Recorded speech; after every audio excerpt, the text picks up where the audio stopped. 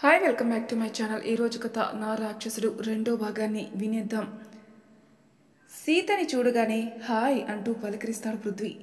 Hi Prithvi గారు, ఈరోజు చాలా త్వరగా వచ్చినట్టున్నారు. అవును, మార్నింగ్ ఎర్లీగా బయలుదేరాను, రోజు ట్రాఫిక్లో లేట్ అవుతుందని. పోనీలేండి, మంచి పని చేశారు, లేకుంటే మీకోసం పేషెంట్లు వెయిట్ చేయాల్సి వచ్చేది. ఎప్పుడు చూడు ఈ పేషెంట్ల గోల తప్పనిస్తే ఎప్పుడైనా నా మనసులో ఏముందో ఆలోచించిందా? అసలు ఫీలింగ్సే లేవు ఈ అమ్మాయిలు అని అనుకుంటాడు పృథ్వీ. ఎప్పుడూ పేషెంట్ గురించి ఆలోచన, మరి ఇంకెవరి గురించి ఆలోచించాలి చెప్పండి, ఇది హాస్పిటల్ కదా. అందుకే మన ఆలోచన కూడా వాళ్ళ గురించే ఉంటుంది. మరి మీరు కొత్తగా మాట్లాడుతున్నారు అంటుంది లోపలికి కదులుతూ. ఏంటో నా కర్మ, పగవాడికి కూడా రాకూడదు. మనసులో మాట తనతో చెప్పలేను, అలా అని ఎన్ని రోజులు మనసులో పెట్టుకుంటాను, ఇకనైనా చెప్పాలి అనుకుంటాడు. తన వెనకే లోపలికి వెళ్తాడు. ఏంటి పృథ్వీ గారు, ఈరోజు చాలా త్వరగా వచ్చేశారు అంటూ పలకరిస్తారు పెద్ద డాక్టర్. అయ్యో సార్, అదేమీ లేదు, ఈరోజు కాస్త ఎర్లీగా బయలుదేరాను, ట్రాఫిక్ లేదు కాబట్టి వచ్చేసాను. గుడ్ గుడ్, మంచి పని చేశావు అని నవ్వి వెళ్ళిపోతారు. ఆయనకు కూడా తెలుసు అతను సీత వైపే చూస్తున్నాడని. అతని క్యారెక్టర్ కూడా మంచిది కాబట్టి ఆయన కూడా గమ్ముగా ఉంటాడు. అతనైతేనే తనని చాలా బాగా చూసుకుంటారన్న నమ్మకం ఆయనది. ఆల్ ద బెస్ట్ సింబల్ పైకి చూపించి వెళ్ళిపోతారు డాక్టర్. మార్నింగ్ రౌండ్స్కి వెళ్తారు. అతని వెనకే పరిగెడుతూ వెళ్తుంది సీత. ఏంటి సీత, అలా ఊరుకు మీద ఉన్నావు? పృథ్వీనితో ఏదో మాట్లాడుతున్నాడు కదా, ఇలా ఎందుకు వచ్చేస్తావు అని అంటాడు. అలా అంటారేంటి సార్, రోజు మీరు రౌండ్స్కి వెళ్ళేటప్పుడు నేనే కదా వస్తాను. అది నిజమే. ఆ పృథ్వీ సార్ ఏం మాట్లాడతారు ఆయనకే అర్థం కాదు, అందుకే వచ్చాను అని అంటుంది. ఈ పృథ్వీ ఒక్కడు ఎలా చెప్పాలో తెలీదు, ఈ సీత ఏమో అర్థం చేసుకోదు. మరి వీళ్ళిద్దరూ కలిసేది ఎప్పటికో అనుకుంటూ ముందుకెళ్తారాయన. మీ ఫ్రెండ్ మీకోసం ఎదురు చూస్తూ ఉన్నట్టుంది. వాళ్ళకి ఇప్పుడు నైట్ షిఫ్ట్ చేసే నర్స్ గురించి లేనిపోని చాడలు చెప్పడం మొదలు పెట్టేస్తారు. వింటూ కూర్చో అని నవ్వుతూ చెప్తారు డాక్టర్. ఏంటి సీతమ్మ, నైట్ షిఫ్ట్ చేయవు నువ్వు, మమ్మల్ని పట్టించుకునేది ఎవరు? నువ్వు లేకుంటే ఒక్కరు కూడా చూసుకోరు. ఎవరైనా ఇంజెక్షన్ వేయమంటే చాలు పొడి చేస్తున్నారు ఇక్కడ నర్సులు అంటూ వాపోతుంది అక్కడ పెద్ద ఆవిడ. నేను నైట్ షిఫ్ట్ అయితే చేయలేనమ్మా, ఇంటి దగ్గర నానమ్మ తాతయ్య నా కోసం ఎదురు చూస్తూ ఉంటారు కాబట్టి. సార్ కూడా నన్ను ఎప్పుడు బలవంత పెట్టలేదు అని ఆయన వైపే చూసి చెప్తుంది. మీరు ఒక్కరైనా తనకి ఇంటి దగ్గర చూసుకోవాల్సిన బాధ్యత కూడా ఉంది పాపం, తన గురించి కూడా ఆలోచించండి అని చెప్తారు డాక్టర్. అప్పుడే వాళ్ళ నానమ్మ సీతకి కాల్ చేసి ఇంటికి త్వరగా రమ్మని చెప్తుంది. నిన్ను చూసుకోవడానికి పెళ్లి వాళ్ళు వస్తున్నారని చెప్తుంది. ఏంటి నానమ్మ, నీకెన్నిసార్లు చెప్పాను నేను పెళ్లి చేసుకోనని. అలా అంటే ఎలా చెప్పమ్మా, ఇంకా ఎన్ని రోజులు మా కోసం ఉంటావు? ఆ మూడు ముళ్ళు పడితే నీలో కూడా మార్పు వస్తుందిలే. ఆ పెళ్ళిళ్ళ పేరయ్య మంచి సంబంధం తీసుకుని వచ్చాడు. ఒకసారి అబ్బాయిని చూసి నీకు నచ్చితేనే పెళ్లి చేస్తాను అని అంటుంది ఆమె. సరే, నేను వర్క్లో ఉన్నాను, ఉంటాను అని కాల్ కట్ చేస్తుంది. ఏమైంది సీత, అలా మాట్లాడుతున్నావు? మరి ఏంటి సార్, ఇప్పటికే 10 పెళ్లి సంబంధాలు వచ్చాయి. ప్రతి ఒక్కరికి నేను నచ్చుతాను, తర్వాత వాళ్ళు మాట్లాడే వంకర మాటలు విని తట్టుకోలేకపోతున్నాను. హాస్పిటల్లో పనిచేస్తున్నావు కదా, ఎంతమందికి కోఆపరేట్ చేశావని ఒక్కడు మాట్లాడాడు.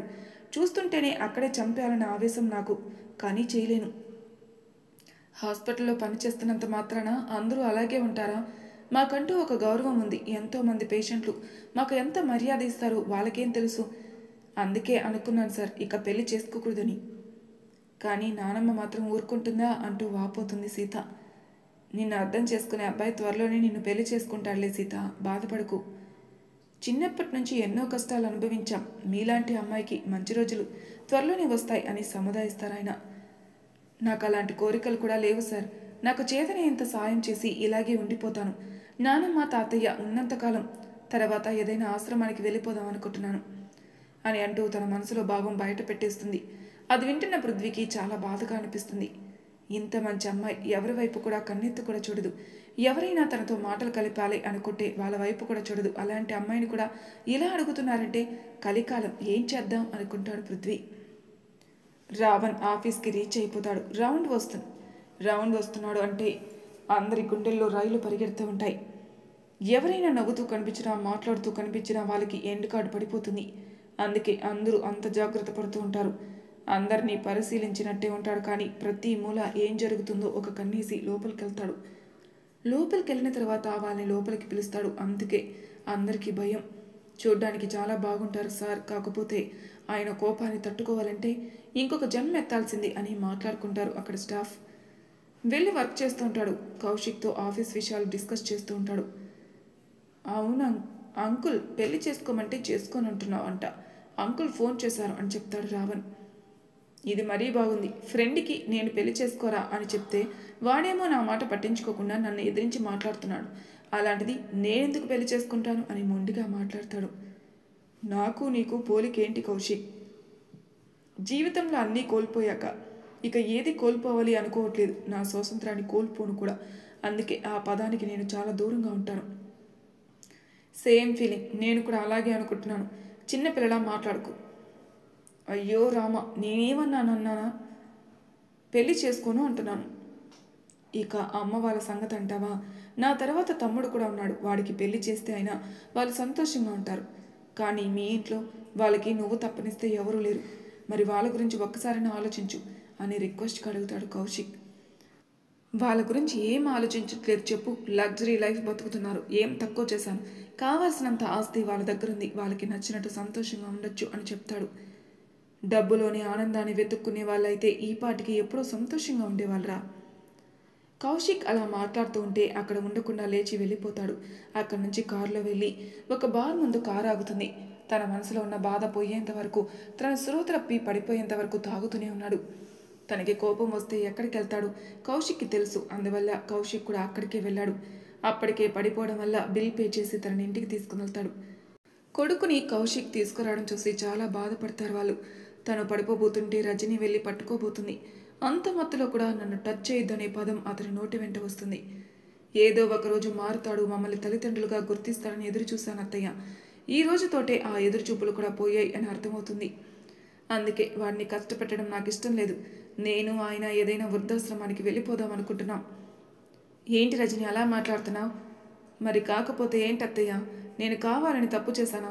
కొడుకు ప్రాణాలు కాపాడుకోవడానికి అలా చెప్పాల్సి వచ్చింది. మనం పుట్టుకతోనే డబ్బుతో పుట్టలేదు. ఒక మధ్యతరగతి కుటుంబం మనది.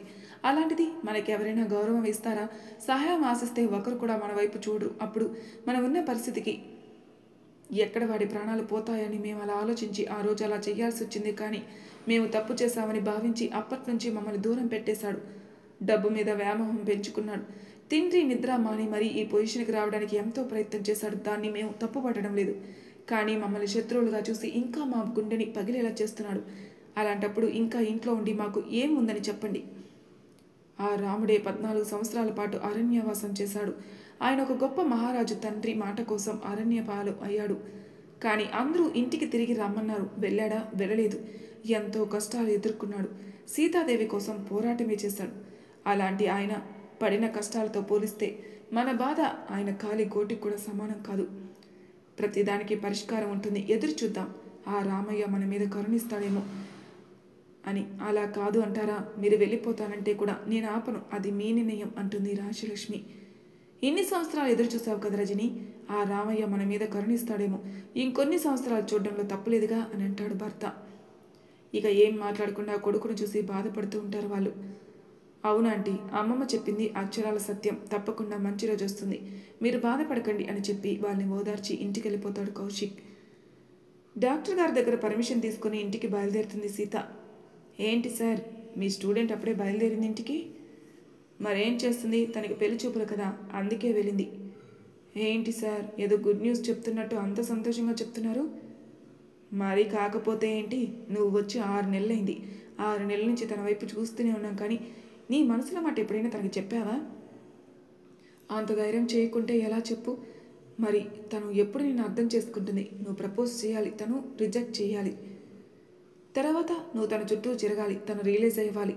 తర్వాత నీ ప్రపోజల్కి ఒప్పుకోవాలి. ఇదంతా జరగాలంటే 1.5 year to 2 years పడుతుంది. కాబట్టి నువ్వు ఎంత త్వరగా ప్రపోజ్ చేస్తే అంత మంచిది. అప్పుడు సీత కూడా సంతోషంగా ఉంటుంది. నా కూతురులా భావించాలి. తనని ఏ కష్టం లేకుండా చూసుకునే అబ్బాయి దొరికితే అంతకన్నా సంతోషం ఏముంది అంటూ పృథ్వీ వైపు చూస్తారు ఆయన.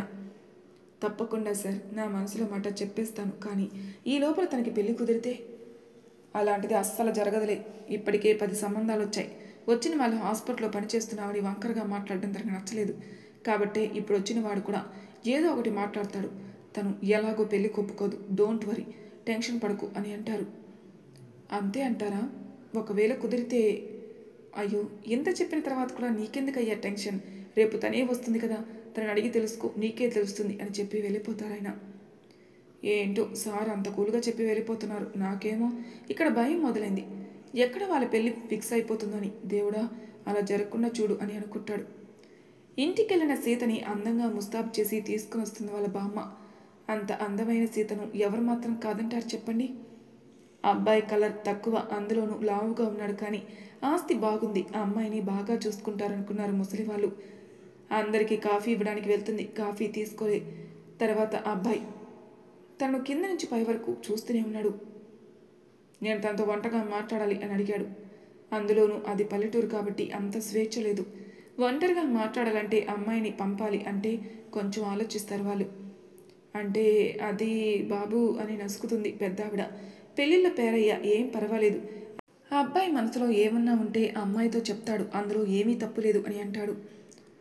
అలాగే అని అబ్బాయి తీసుకుని పెరట్లోకి వెళ్ళమని చెప్తుంది వాళ్ళ బామ్మ. అలా వెళ్ళిన తర్వాత సీతతో మాట్లాడడం మొదలు పెడతాడు తను. నువ్వు ఇప్పుడు చేస్తున్న పని నాకు నచ్చడం లేదు, అందుకే పెళ్ళైన తర్వాత ఆ పని కాస్త మానేసాయి. నా భార్య నర్సుగా ఉండడం నాకు ఇష్టం లేదు అని చెప్తాడు. అందులో పెళ్ళిళ్ళ పేరే చెప్తాడు. పెళ్ళైన తర్వాత కూడా ఆ ముసలోళ్ళు నీ దగ్గరే ఉంటారంట కదా, అది మాకు ఎంత మాత్రం ఇష్టం లేదు. నువ్వు నచ్చావు కాబట్టి నీతో చెప్పడానికి వచ్చాను, తర్వాత ఆలోచించుకోండి అని అంటాడు. అందులో నీకు ఎదురు కట్నం ఇవ్వడానికి కూడా మేము సిద్ధంగా ఉన్నాం అని చెప్తాడు అతను. అతను చెప్పిన మాటలు వింటుంటే అతన్ని చూసిన తర్వాత సీతకి కంపరం వేస్తుంది. ఎందుకలా చూస్తున్నావు? నాకన్నా మంచివాడు ఎవరూ దొరకరు నీకు. హాస్పిటల్లో పనిచేస్తున్నావంటే ఎంతమంది ఎన్ని ప్రశ్నలు అడుగుతారు. నేను అవేమీ అడగకుండా పెళ్లి చేసుకుంటానని ఒప్పుకున్నాను కాబట్టి నీకు ఇంకొక ఆప్షన్ కూడా లేదు. ఇంతకన్నా మంచి ఆఫర్ కూడా రాదు, ఆలోచించుకో అంటూ తన చేయి పట్టుకుంటాడు. అప్పటి వరకు శాంతంగా ఉన్న సీత తన చేతిని విడిపించుకుంటుంది. అతని చెంప పగలు కొడుతుంది. ఎలా కనిపిస్తున్నాను నేను? హాస్పిటల్లో పనిచేస్తున్నంత మాత్రాన తప్పుడు వాళ్ళ కనిపిస్తున్నామా? నువ్వు పెట్టిన కండిషన్స్ వద్దు. నువ్వు నన్ను పెళ్లి చేసుకుని ఉద్ధరించాల్సిన అవసరం కూడా నాకు లేదు. ఈడ పెళ్లి చేసుకోవడానికి ఎవరు వెంపర్ రావడం లేదు. మా నాయన మా తాతయ్య బాధపడలేక ఈ పెళ్లి చూపులకు ఒప్పుకున్నాను. అసలు పెళ్ళంటేనే అసహ్యం నాకు. అలాంటిది నేను పెళ్లి చూపుల్లో కూర్చోవడమే చాలా గొప్ప. మళ్ళీ నువ్వు పెట్టిన కండిషన్స్ ఎప్పుడైనా నీ ముఖాన్ని అద్దంలో చూసుకున్నావా? అప్పుడు చూసుకుని మాట్లాడు ఈ మాట. ఆడవాళ్ళతో ఎలా మాట్లాడో తెలియదు కానీ ఎదురు కట్నం ఇస్తావా నువ్వు? ఆ ఎదురు కట్టడం పెట్టడం బదులు ఆడవాళ్ళకి గౌరవం ఇస్తే చాలు. మర్యాదగా ఇక్కడి నుంచి వెళ్ళిపోండి అంటూ చేతులు జోడించి నమస్కరిస్తుంది. ఏంటి నీ కొంత పొగురు కదా, చూస్తూ ఉండు, నీకు పెళ్లి జరగనివ్వకుండా చేస్తాను. ఎవడొచ్చి నేను పెళ్లి చేసుకుంటాడో అది కూడా చూస్తాను అది అన్నాడు కోపంగా బయటికి వెళ్ళిపోతూ. లేయండి, ఇంకా కూర్చొనున్నాడు, దానికి ఎంత పొగురు. అలాంటి అమ్మాయి మన ఇంటికి రావడానికి అస్సలు రాదు అని చెప్పి వాళ్ళ అమ్మ నాన్న తీసుకుని బయటికి వెళ్ళిపోతాడు. అక్కడ కూర్చొని ఉన్న పెళ్లిళ్ళ పేరైకి చేతులు జోడించి నమస్కరిస్తుంది. మీరు పెళ్లి సంబంధాలు తీసుకురావాల్సిన అవసరం లేదు. నేను పెళ్లి కూడా చేసుకోను. ఒక్కరైనా మంచి వ్యక్తిని తీసుకుని వచ్చారా మీరు? నేనేంటో, నా క్యారెక్టర్ ఏంటో మీకు తెలీదా? ప్రతి ఒక్కరూ నా క్యారెక్టర్ని వేలెత్తి చూపిస్తుంటే ఎన్ని రోజులు భరిస్తాను బాబాయ్? అందుకే ఇక ఇప్పుడు పెళ్లి సంబంధాలు తీసుకురాకండి అని తేల్చి చెప్పేస్తుంది. ఆయన కూడా ఏమీ మాట్లాడకుండా మౌనంగా వెళ్ళిపోతారు. మనవరాలు అలా ఒంటరిగా మిగిలిపోవాలా అన్న ఆలోచనతో ముసలాయన ఉక్కిరి బిక్కిరి చేస్తుంది. రాత్రి పడుకున్నాడన్న మాటే కానీ ఎంత ప్రయత్నించినా నిద్ర పట్టలేదు. అదే నిద్రలో ఆయనకి గుండెపోటు కూడా వస్తుంది. పక్కనే ఉన్న నీళ్లు చొమ్ముని చేతితో తోసేస్తారు ఆయన. ఆ శబ్దానికి ఇద్దరికి మెలకు వస్తుంది. అప్పటికే ఆయన గిలగిలా కొట్టుకోవడం చూస్తారు. పరిగెడుతూ ఆయన వద్దకి వస్తారు ఇద్దరు. వాళ్ళు వస్తున్న 2 సెకండ్స్కే ఆయన ప్రాణం పోతుంది. ఆ గుండె మీద 2 చేతులతో గట్టిగా ప్రెస్ చేస్తూ ఉంటుంది సీత. బతుకుతారన్న ఆశతో ఆ గుండె మళ్ళీ తిరిగి కొట్టుకుంటుందన్న ఆశతో ఎన్నో ప్రయత్నాలు చేస్తుంది. 100 టైమ్స్ పుష్ చేస్తుంది. ఎంత కొట్టినా ఆయనలో చలనం లేకుండా ఉంది. అప్పటికే పెద్ద డాక్టర్కి కాల్ చేస్తుంది. ఆయన కాల్ లిఫ్ట్ చేయరు. ఆయన ఫోన్ నాట్ రీచబుల్ అని వస్తూ ఉంది. అప్పుడే పృథ్వీకి కాల్ చేస్తున్నా. అప్పుడు సమయం 1 గంట. ఈ టైంలో సీత ఎందుకు కాల్ చేస్తుందన్న భయంతో ఫోన్ లిఫ్ట్ చేస్తాడు. అవతల సీత చెప్పిన మాటలు విని వెంటనే అక్కడి నుంచి బయలుదేరతాడు. సీత వాళ్ళ ఇంటికి వచ్చి చూస్తాడు. ఆయన పరిశీలిస్తాడు. అప్పటికే ఆయన ప్రాణం పోయిందని చెప్పేస్తాడు. అంటే గుండె పగిలేలా ఏడుస్తారు ఇద్దరు. సీతకి పెళ్లి చేద్దామనుకున్నారు. ప్రతిసారి ఇదే నిరాశ ఎదుర్కొంటూ ఉన్నాం. ఆ బాధ తట్టుకోలేక ఈయనకి గుండెపోటు వచ్చిందా దేవుడా అంటూ రోధిస్తుంది ఆవిడ. అంటే ఈ పెళ్లి సంబంధం కూడా తనకి ఖాయం అవ్వలేదు కాబోలు. పెద్దావిడ ఎలాగైనా సీతకు పెళ్లి చేయాలనుకుంటుంది. అందుకే ఈ పెద్దావిడ రూట్లో వెళ్ళి ఆవిడైనా పెళ్లికి ఒప్పినిస్తే సీతను కూడా పెళ్లికి ఒప్పిస్తుంది. అయ్యో పెద్దాయన, కాస్త ముందుగా నేను ఒప్పించి ఉంటే బాగుండేది. ఆయన ప్రాణాలు కూడా నిలుపుకునేవాళ్ళు. ఇలా అర్ధాంతరంగా చనిపోవాల్సిన అవసరం ఉండేదే కాదు. సీత మీ ఇద్దరి మీద ప్రాణాలు పెట్టుకున్నది, అలాంటిదేమీ. దాన్ని బాగా చూసుకుంటే తను కూడా నన్ను బాగా చూసుకుంటుంది. తప్పు చేశాను అనుకుని ఆయన వైపు బాధగా చూస్తూ ఉంటాడు పృథ్వీ. అప్పటికే ఊర్లో జనాలకు మొత్తం విషయం తెలిసిపోతుంది. అందరూ ఇంటికొచ్చి చేరుతారు. వాళ్ళకంటే ఎవరు బంధువులు లేరు. ఊరి వాళ్ళే వాళ్ళ బంధువులు ఉన్నది వాళ్ళకి ఒక్కగానొక్క కొడుకు. అతని భార్య యాక్సిడెంట్లో చనిపోయి సీతని అనాథలు చేశారు. అప్పటి నుంచి వాళ్ళే తన ఆలనాపాన చూసుకుంటూ వచ్చారు. ఇప్పుడు సీత స్వయంగా ఆయనకి అంత్యక్రియలు చేస్తుంది. వాళ్ళ నానమ్మని చూస్తుంటే చాలా బాధగా అనిపిస్తుంది సీతకి. తప్పు చేశాను నానమ్మ, నన్ను క్షమిస్తావా అంటూ ఆవిడ ఒళ్ళు తలపెట్టుకుని పడుకుంటుంది తను. తప్పు నువ్వు చేయలేదు తల్లి. వచ్చిన ప్రతి ఒక్కడు తప్పుగా భావించి అడగడం వాళ్ళ తప్పే. అలాంటి వాళ్ళకిచ్చి నేను పెళ్లి చేసిన వాడు ఏదో ఒక అనుమానంతో నేను ఇబ్బంది పెడుతూనే ఉంటాడు, కానీ సంతోషంగా ఎప్పుడు చూసుకోరు. అది ఆలోచించలేకపోయాం మేము. నువ్వు సంతోషంగా ఉంటే చాలనుకున్నారాయన. అది ఒక్క కోరిక మిగిలిపోయాయి. కానీ నేను మాత్రం నిన్ను విడిచి వెళ్ళలేనులే అంటూ తన నుదుటి మీద ముద్దు పెడుతుంది. ఆయన అంత్యక్రియలు చేసిన తర్వాత హాస్పిటల్కి వెళ్ళాలనుకుంటున్నాను వాళ్ళ బామ్మతో చెప్తుంది. నాకేంటి, నేను చాలా జాగ్రత్తగా ఉంటాను, నువ్వు వెళ్ళిరా, నీ మనసు కాస్త కుదుట పడుతుంది అని చెప్తుంది ఆవిడ. పక్కింట్లో ఉన్న పిల్లలకి అలాగే వాళ్ళ అమ్మ వాళ్ళకి పిన్ని కాస్త నానమ్మని అప్పుడప్పుడు గమనిస్తూ ఉండండి, పిల్లలు కూడా ఆమె దగ్గరికి వెళ్ళి ఆడుకోమనండి అని జాగ్రత్త చెప్తుంది సీత. అయ్యో తల్లి, నువ్వు బాధపడకు, అమ్మని జాగ్రత్తగా చూసుకునే పూచి మాది. పిల్లలు ఉన్నారు కదా, వెళ్ళి పలకరిస్తూ ఉంటారు, నువ్వు దిగులు పడకుండా వెళ్ళి తల్లి అని అంటుంది ఆవిడ. చాలా రోజుల తర్వాత హాస్పిటల్కి వస్తుంది సీత. అందరూ తనని ప్రేమతో పలకరిస్తూ ఉంటారు. పాత పేషెంట్లు వెళ్ళిపోయి కొత్త పేషెంట్లు కూడా వస్తారు. అందులోనూ అది పెద్ద హాస్పిటల్ కాబట్టి దాదాపు ఎక్కువ రిచ్ పీపుల్సే వస్తూ ఉంటారు. దేనికి సంబంధించిన డాక్టర్ దానికి సపరేట్గా ఉంటారు. మెయిల్ డాక్టర్స్ ఉన్నారు, కానీ సీత ఎవరిని పట్టించుకోదు. అందుకే సీత జోలికి ఎవరు రారు. ముందు నుంచి పెద్ద డాక్టర్ దగ్గర పనిచేస్తుంది కాబట్టి ఆయనతో మాత్రమే మాట్లాడుతుంది. ఒక తండ్రిగా తన బాధలు చెప్పుకుంటుంది. అలాగే పృథ్వీ మంచివాడు, తనతో మంచిగా మాట్లాడతారని తనతో కూడా ఎక్కువ మాట్లాడదు. ఎప్పుడో ఒకసారి. ఈ మధ్య వాళ్ళ తాతగారు చనిపోయిన తర్వాత తనని పరామర్శించడానికి అప్పుడప్పుడు కాల్ చేస్తూ ఉండేవాడు. సీత రావడం చూసి సంతోషిస్తాడు పృథ్వీ. ఎలా ఉంది సీత నానమ్మ గారికి? పర్వాలేదు సార్, మీరు చెక్ చేసి ఆ రోజు మెడిసిన్స్ ఇచ్చారు కదా, అవి వాడుకుంటూ ఉంది. ఎక్కువ బీపీ డౌన్ అవుతుంది, అందుకే పక్కన వాళ్ళకి చెప్పొచ్చాను. ఆవిడ ఆలోచన నుంచి బయటకు వస్తే కంట్రోల్ అవుతుందిలే. నువ్వు కూడా ఏంటి ఇలా పీకపోయావు, తింటున్నావా లేదా అని అడుగుతాడు. ఏం తింటాం సార్, చిన్నప్పటి నుంచి పెంచిన వాళ్ళు, నా వల్ల తాతయ్య చనిపోవడం, నానమ్మ ఆరోగ్య పరిస్థితి బాగాలేకపోవడం, ఇంకా ఏం సంతోషం మిగిలింది నా జీవితానికి? అలా అని నిరుత్సాహపడకు, దేవుడు ప్రతి ఒక్కరికి ఒక దారి చూపిస్తారు, మీకు కూడా చూపిస్తాడు, డోంట్ వరీ అని చెప్తాడు. వీళ్ళు మాట్లాడుతూ ఉండగా ఒక పెద్ద కారు చాగుతుంది అక్కడ. Serious case, heart attack patient. ఒక పెద్ద ఆవిని కారులో నుంచి దింపి స్ట్రెచ్చర్ మీద పడి లోపలికి తీసుకుని వెళ్తారు. సీరియస్ కేసు కంట డీల్ చేయాల్సింది మనమే కాబట్టి హార్ట్ అటాక్ పేషెంట్ని డీల్ చేసేది పెద్ద డాక్టర్, జూనియర్ డాక్టర్ పృథ్వీ, అలాగే అసిస్టెంట్ సీత కంపల్సరీ లోపల ఉంటుంది.